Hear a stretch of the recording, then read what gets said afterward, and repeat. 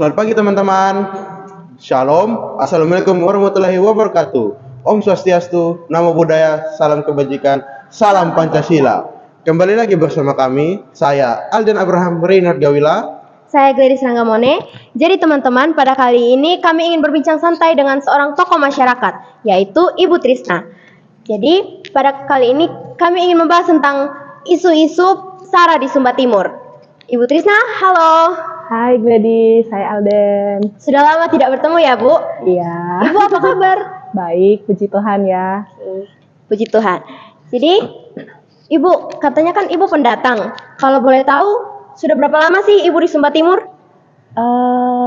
Kalau ditanya berapa lama ya, Ibu Trisna datang ke Sumba Timur itu dari tahun 2012. Tepatnya bulan Juli, tapi tanggalnya Ibu Trisna lupa tanggal berapa. Jadi kalau sampai sekarang 2023 itu kurang lebih berapa tahun? 11 tahun ya? Ya, kurang lebih 11 tahun. Nah Ibu, pas Ibu baru datang ke Sumba ini Bu, bagaimana pendapat Ibu tentang budaya-budaya asli di Sumba ini?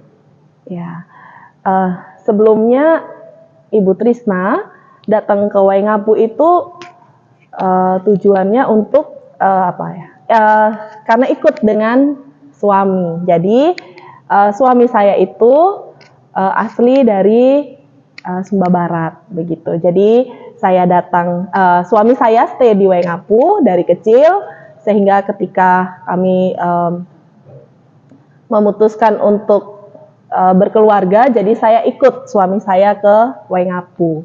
Nah, ketika saya sampai di Waingapu, sebelumnya saya tinggal di Bali dengan keragaman budaya Bali yang cukup beragam, bukan hanya orang Bali saja ya, tentunya banyak juga pendatang. Nah, ketika saya datang ke sini, ternyata tidak jauh berbeda dengan Bali. Jadi saya lihat hanya kalau di Waingapu itu pendatangnya bukan hanya dari Jawa, dari luar pulau NTT. Nah, ternyata kalau di Sumba itu banyak sekali orang NTT, beragam suku yang ada di NTT yang saya tahu ya, dari orang Sabu, dari Rote, dari Kupang, dari Timor, Soe, itu ternyata banyak sekali mendominasi di Sumba Timur. Dan bukan hanya itu saja, ternyata agama di sini juga sangat-sangat beragam. Bahkan 5 agama itu ada ya di Sumba Timur ya, dari Muslim, Kristen, Katolik, Hindu, Buddha, Konghucu pun ada. Itu yang saya tahu tentang keberagaman yang ada di Sumba Timur. Jadi sebagai pendatang, apakah Ibu pernah mengalami kesulitan dalam perbedaan ini? Contohnya seperti rasis atau sulit beradaptasi? Kalau kesulitan yang saya hadapi, mungkin saya rasa semua orang yang tinggal di tempat baru pasti mengalami ya, entah itu kesulitan, hambatan, itu pasti ada. Tapi bagaimana kita mengantisipasi atau menanggulangi semua peristiwa itu ya. Yang pertama yang menjadi hambatan itu tentang bahasa. Saya sama sekali bahkan belum pernah dengar ya bahasa orang Sumba, bahasa orang Sumba Timur, Sumba Barat, itu yang pertama sekali menjadi kendala. Jadi kadang kalau orang tua, mereka kan tidak berbicara dengan bahasa Indonesia. Mereka berbicara dengan bahasa daerah, ya sudah, saya jadi penonton, sudah hanya menjadi pendengar, dan saya tidak tahu apa yang mereka sedang bicarakan. Tapi saya berusaha untuk berpositif thinking. Pasti itu mereka membicarakan sesuatu hal yang baik. Ya, sebenarnya bisa saja kan saya beranggapan bahwa oh itu orang dia bicara apa ya, pasti lagi membicarakan saya. Tapi saya berusaha untuk positive thinking. Itu yang pertama, hambatannya. Lalu yang kedua, sifat. Sifat itu pasti menjadi pasti berbeda ya. Ketika saya tinggal di Bali, orang Bali itu tidak teriak-teriak, tidak berbicara kasar. Nah, ketika saya datang di Waingapu, apalagi di tempat tinggal saya, itu mungkin 95% itu orangnya kalau berbicara tuh teriak-teriak ya. Kemudian nadanya tinggi seperti orang marah-marah. Nah, itu juga menjadi kendala buat saya. Jujur, ketika awal-awal di sini, ketika orang berbicara sama saya, kemudian nadanya tinggi, itu saya, aduh, kaget ya. Ini orang kok marah-marah sama saya, begitu. Padahal saya tidak salah, kenapa marah-marah dengan saya, begitu. Tapi semakin ke sini, saya pelajari, saya sharing dengan suami, kenapa ya kok tadi nadanya begini-begini. Terus suami saya bilang, ya memang seperti itu, kalau kami orang Sumba khususnya, memang nada bicaranya seperti itu, begitu. Oh ya, pengalaman saya kalau di Bali itu orang mengatakan kau itu kasar. Tapi ketika di Sumba, kata kau itu menjadi sesuatu hal yang biasa, tidak kasar, begitu. Tapi memang dilihat ketika berbicara dengan orang tua tidak mungkin kita menggunakan kata kau. Ya, mungkin itu beberapa hal yang menjadi kendala saya ketika saya sampai di Waingapu. Nah, Ibu, ini kami ingin bertanya nih, di lingkungan sekitar Ibu, apakah Ibu pernah melihat terjadinya konflik karena ini perbedaan suku, ras, agama, Ibu?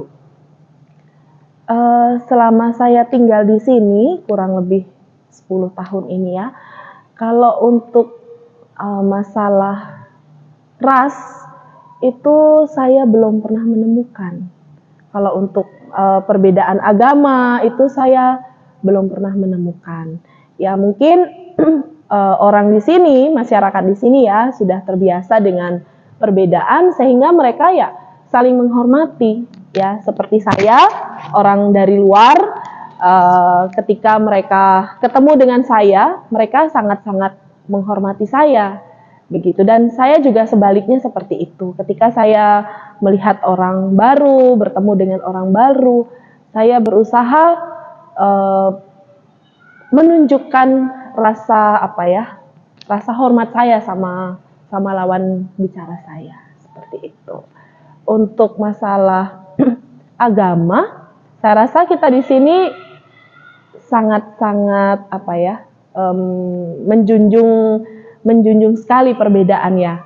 Jadi ketika seperti hari, contohnya karena saya ini Katolik, jadi saya ke gereja.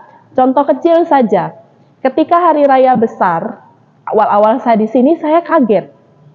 Loh, ini polisi saya lihat bukan. Ini aparat keamanan saya lihat bukan.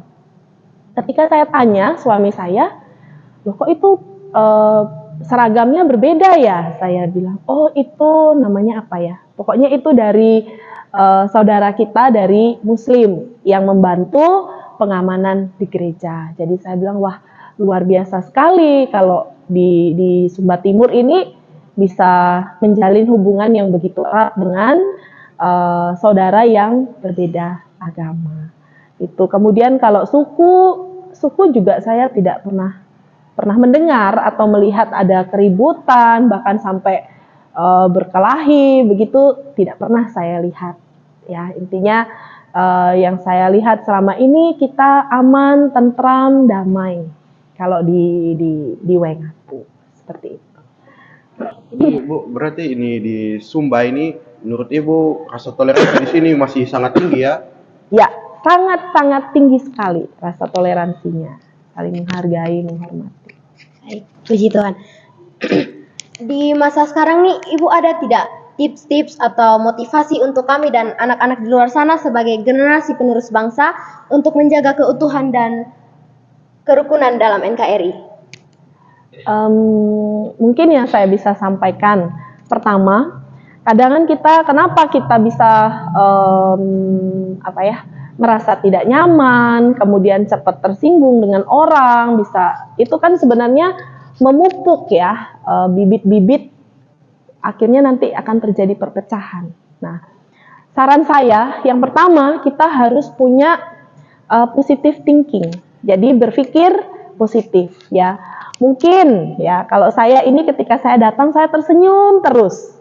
Nah mungkin ini contoh saja ya. Tadi mungkin ketika Gladys duduk di sini Gladys begitu. Nah kalau saya berpikir yang tidak baik bisa saja saya bilang, kenapa Gladys kok kasih muka begitu sama saya ya? Gladys marah ya sama saya mungkin ya. Tapi ketika kita berpikir positif, oh mungkin dia lagi tidak mood mungkin. Nah akhirnya itu kan karena berpositif thinking, hal-hal yang tidak diinginkan itu akhirnya tidak terjadi. Ya, itu satu, berpositif thinking. Yang kedua itu kita peka dan peduli. Ya, kita peka sama orang, kita peduli sama orang. Nah, itu pasti tidak akan terjadi keributan atau apa. Saling menghormati itu penting sekali. Saling menghormati, saling menghargai itu sangat-sangat penting. Itu mungkin. Baik, terima kasih atas kebersamaannya pagi hari ini Ibu Trisna. Jadi teman-teman, kita harus selalu berpositif thinking, saling menghormati dan menghargai, dan juga peka dan peduli. Terima kasih kepada teman-teman yang sudah menonton dan terima kasih atas kebersamaannya Ibu Trisna. Mohon maaf jika ada salah kata Ibu.